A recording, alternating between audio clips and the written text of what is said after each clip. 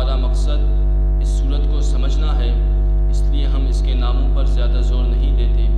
البتہ اس کا ایک مشہور نام سبع مثانی بھی ہے۔ سبع مثانی کا مطلب یہ ہے کہ یہ وہ صورت ہے کہ اس کی 7 آیتیں ہیں اور یہ 7 آیتیں 2 دفعہ نازل ہوئی ہیں۔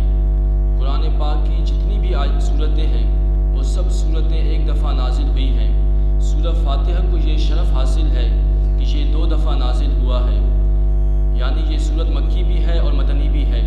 ہجرت سے پہلے مکہ مکرمہ میں بھی یہ صورت نازل ہوئی اور ہجرت کے بعد مدینہ منورہ میں بھی یہ صورت نازل ہوئی، تو اسی وجہ سے اسے سبع مثانی کہتے ہیں، یعنی وہ 7 آیتیں جو 2 دفعہ نازل ہوئی ہیں۔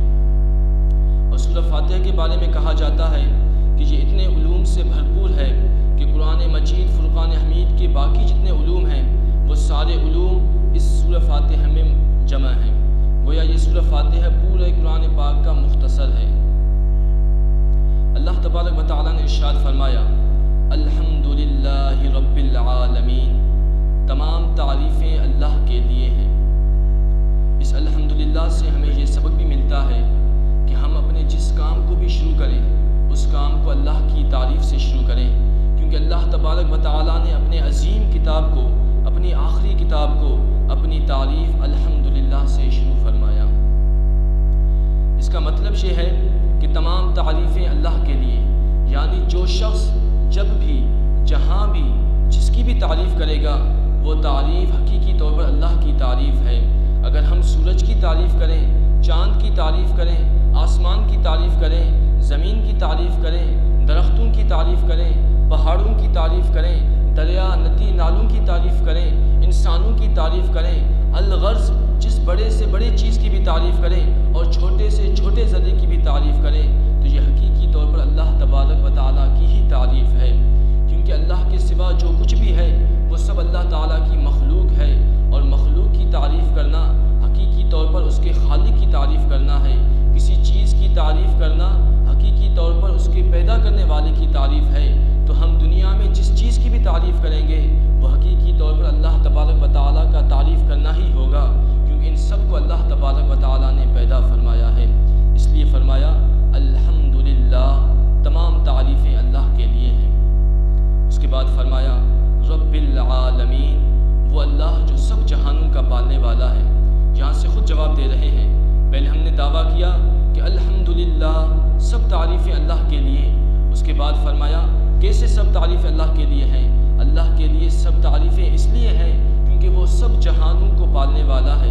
جب وہ سب جہانوں کو پالنے والا ہے تو ہم جس کی بھی تعریف کریں گے تو حقیقی طور پر وہ جو پالنے والا ہے اسی کی ہی تعریف ہوگی۔ لیکن جو اللہ تبارک و تعالیٰ کا پالنا ہے، پرورش کرنا ہے، یہ کچھ مختلف ہے۔ اللہ تبارک و تعالیٰ درختوں کو بھی پالتا ہے، لیکن درختوں کو حرکت کرنے کی طاقت نہیں ہے، ان کو کسی چیز کا اختیار نہیں ہے، تو اللہ تبارک و تعالیٰ نے ان کو اس طرح پالا کہ باغبان ان کے لیے مقرر فرمایا، باغبان ان کو پانی دیتا ہے، ان کو کھاد وغیرہ دیتا ہے اور ان کو پالتا ہے۔ اسی طرح پرندوں کو پالا، پرندوں کو حرکت کرنے کی تو طاقت ہے لیکن ان کو روزی کمانے کی طاقت نہیں، تو ان کو حکم فرمایا کہ اپنے گھونسلے سے نکلو اور جاؤ باغوں میں، زمین میں جاؤ، وہاں دانہ چگو اور اپنے پیٹ کو بھرو۔ تو اس طریقے سے پرندوں کو پالا۔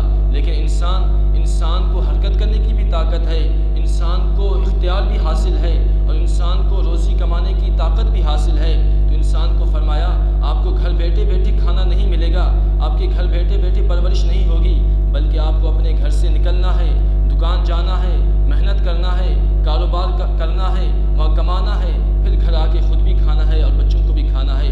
تو اس طریقے سے انسان کی پرورش کی۔ انسان یہ نہ سمجھے کہ میں خود کماتا ہوں، خود کھاتا ہوں، تو اللہ کا پرورش کرنا کیسا؟ یہ اللہ تعالیٰ کی پرورش ہی ہے، لیکن پرورش کا طریقہ کچھ مختلف ہے۔ اس کے بعد فرمایا الرحمن الرحیم۔ اس سے پہلے چونکہ فرمایا تھا کہ اللہ تعالیٰ سب جہانوں کو پالنے والا ہے، تو اس میں یہ احتمال تھا کہ اللہ تعالیٰ معاذ اللہ ہمیں پالنے پر مجبور ہے، اللہ تعالیٰ پر جبر ہے، وہ ہمیں پالے گا ہی، اللہ تعالیٰ مجبور ہے۔ تو اس کا جواب دیا کہ اللہ تعالیٰ عام لوگوں کی طرح مجبور نہیں ہے، وہ بادشاہ مجبور ہوتا ہے، اپنی رعیت کو سنبھالتا ہے، اپنے وزراء کو سنبھالتا ہے۔ اگر بادشاہ اپنے وزراء کو نہ سنبھالے تو اس کی سلطنت قائم نہیں رہ سکتی۔ آدمی کے گھر میں اگر جانور ہو تو وہ ان کو سنبھالتا ہے، اگر ان کو نہ سنبھالے، ان کو کھلائے پلائے نہیں تو ان کا کام کاج نہیں چل سکے گا۔ تو کیا اللہ تبارک و تعالیٰ بھی مخلوق کو پالنے پر مجبور ہے؟ نہیں، اللہ تبارک و تعالیٰ مخلوق کو پالنے پر مجبور نہیں ہے۔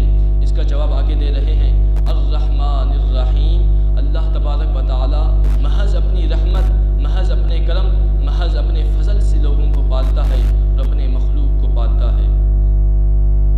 اس کے بعد فرمایا مالک یوم الدین، اللہ وہ ہے جو روز جزا کا مالک ہے۔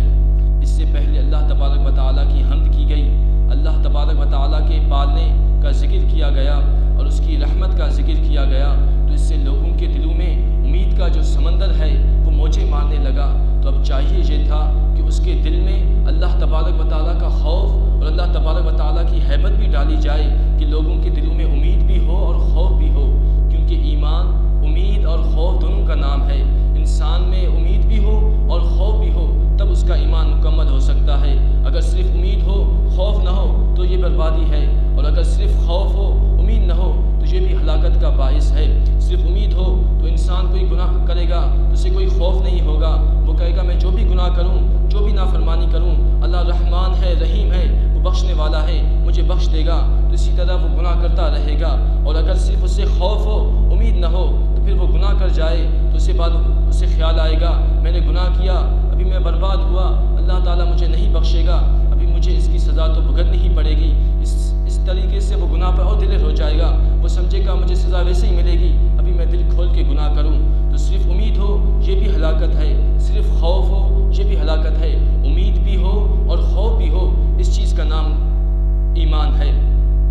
پہلے اللہ تبارک و تعالیٰ کا خوف ہو، اللہ تعالیٰ کا ڈر ہو، لیکن اگر شیطان بھٹکا جائے، ہمیں بھٹکا دے اور کوئی گناہ ہم سے سرزد ہو تو اس کے بعد ہمیں امید کی طرف جانا ہے، اللہ تعالیٰ سے بخشش مانگنا ہے، توبہ کی درخواست کرنی ہے، مغفرت مانگنی ہے، تو اس کے بعد اللہ تعالیٰ ہمیں بخش دے گا۔